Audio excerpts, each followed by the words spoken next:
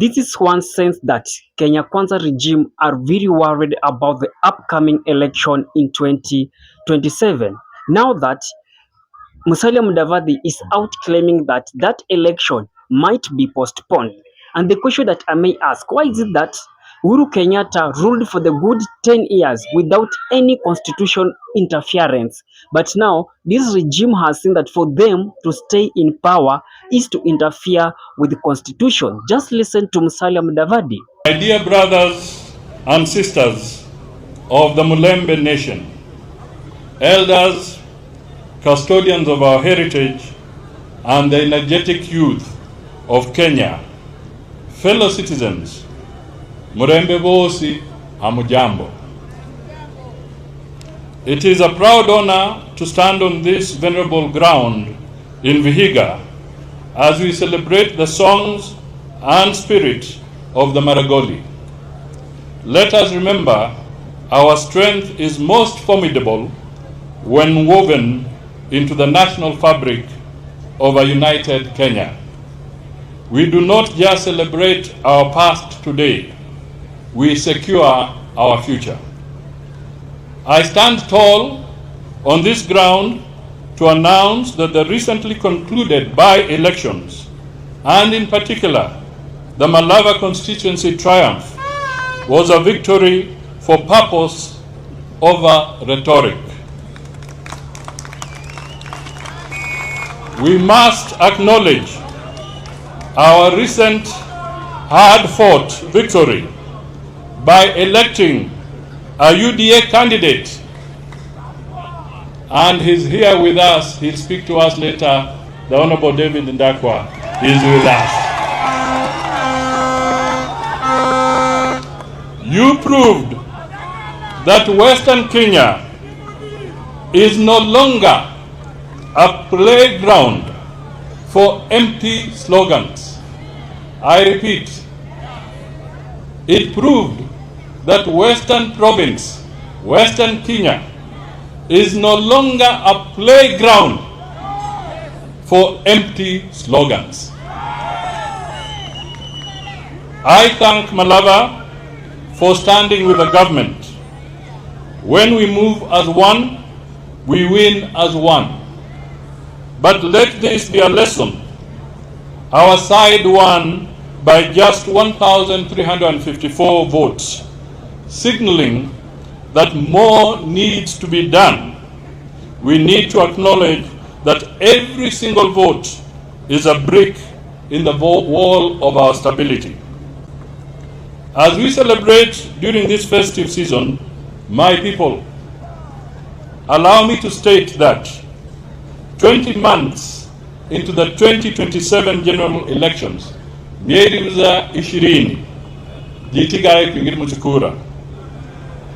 a beckoning reality that 2027 is a referendum moment. Allow me to state, without fear of contradiction, that there is an imperative need for a constitutional review 15 years after the promulgation of the 2010 Katiba. As your leader and son, I must speak the truth about a looming constitutional storm. As a country, we are staring at a massive legal crisis where the 2027 election could be nullified before it even begins. Our 2010 Constitution demands boundaries review every 8 to 12 years.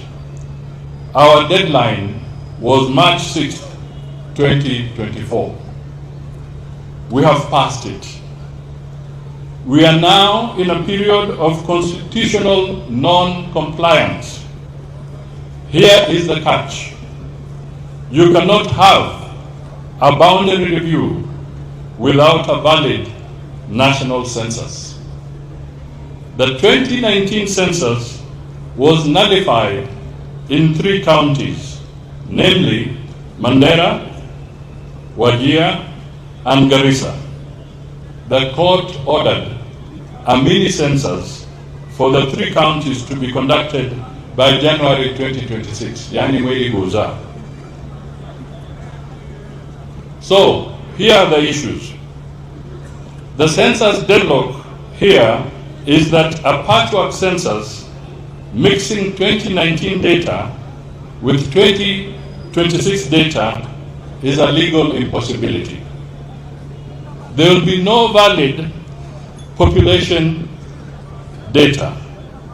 Therefore, it means that no valid boundaries, and subsequently, no valid boundaries mean no valid election.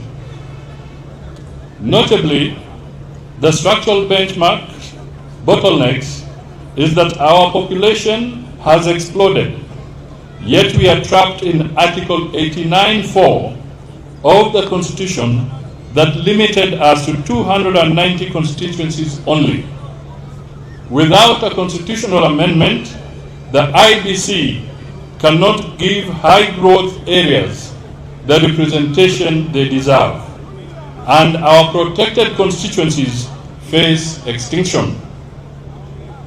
At the county level, there is equally a serious conflict between the 2010 Constitution that allows IBC to name, rename, reduce or increase county wards, when the County Governments Act limits wards to 1,450 only.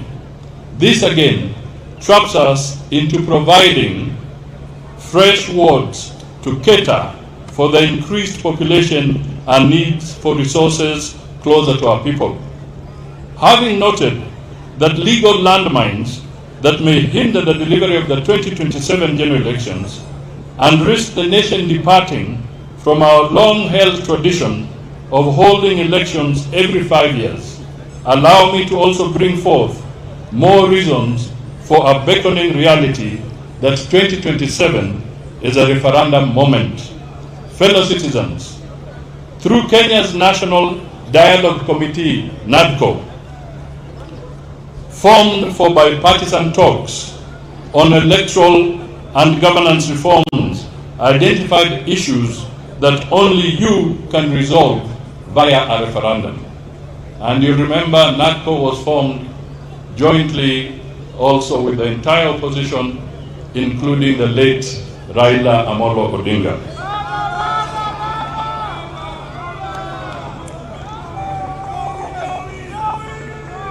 And because he used to be a regular attendant of the Vihiga Maragoli Cultural Festival, I want us to show respect for him because he died this year, and this is a good moment for the people of Vihiga County to also honor the late Raila Amolo Odinga. If you can stand for 1 minute in honor of Mzee Raila.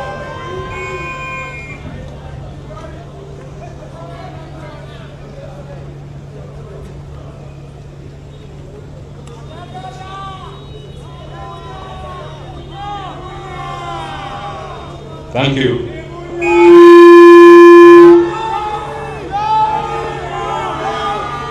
Haya, tunakaribia kumaliza. Haya ni mambo mazito mazito ambayo mnasema. That NADCO report identified that we must entrench the NG-CDF, that is the CDF, in the Constitution. So courts can never again threaten the bursaries of our children. I here add with conviction that we need also to introduce a new development fund, namely the Senate Oversight Fund, to cater for the specific role played by senators in providing for devolution. That means we make CDF constitutional and we also make the Senate funds constitutional. As part of strengthening devolution and inclusivity, fellow citizens, we should also constitutionalize the proposed creation of the Ward Development Fund, which is also a necessary creation for MCAs. The Ward Development Fund will ensure resources for water points, community halls, and other grassroots needs instantly. For a unified face of Kenya in government, we must formalize the office of the Prime Minister and the leader of the official opposition to ensure that every region sees its face in the mirror of government. On the same breath, fellow citizens, allow me to mention that a referendum in 2027 will give us an opportunity to completely solve the riddle of the two-thirds gender and its compliance, not merely as a constitutional requirement, but also as an act of fairness and inclusive democracy. A recalibration of our constitution will help us achieve this as well. Having said that, fellow citizens, allow me to make a clarion call that every one of our people must register and vote. Do not be the person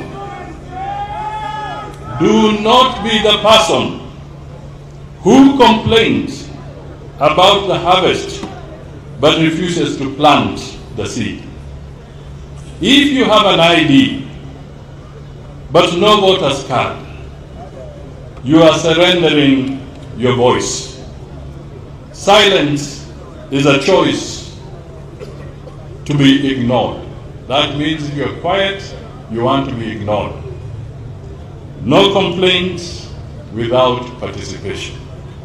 No complaints without participation.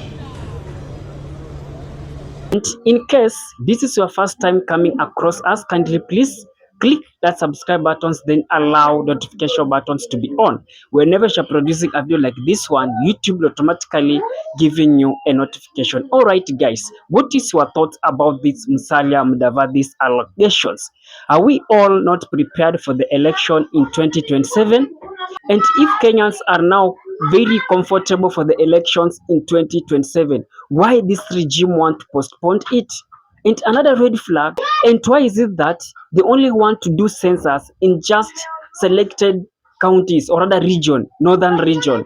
Ni kitu gani inafanyika? They want to do their things ndio tuone that the northern Kenya people have increased so that they can now lay ground for stealing the election. We are not going to buy that ideas. And with that, guys, drop your thoughts in the comment section. I'll be doing my best to read it and giving you a response. And with that, guys, again, peace and love.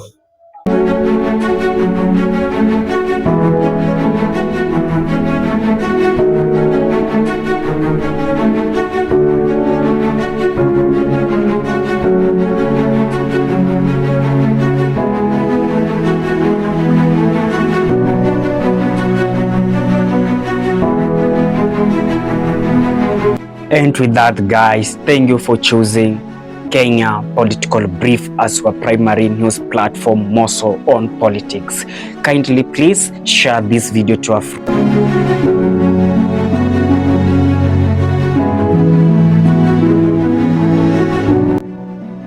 If politics is your passion, this is the place you really wish to be.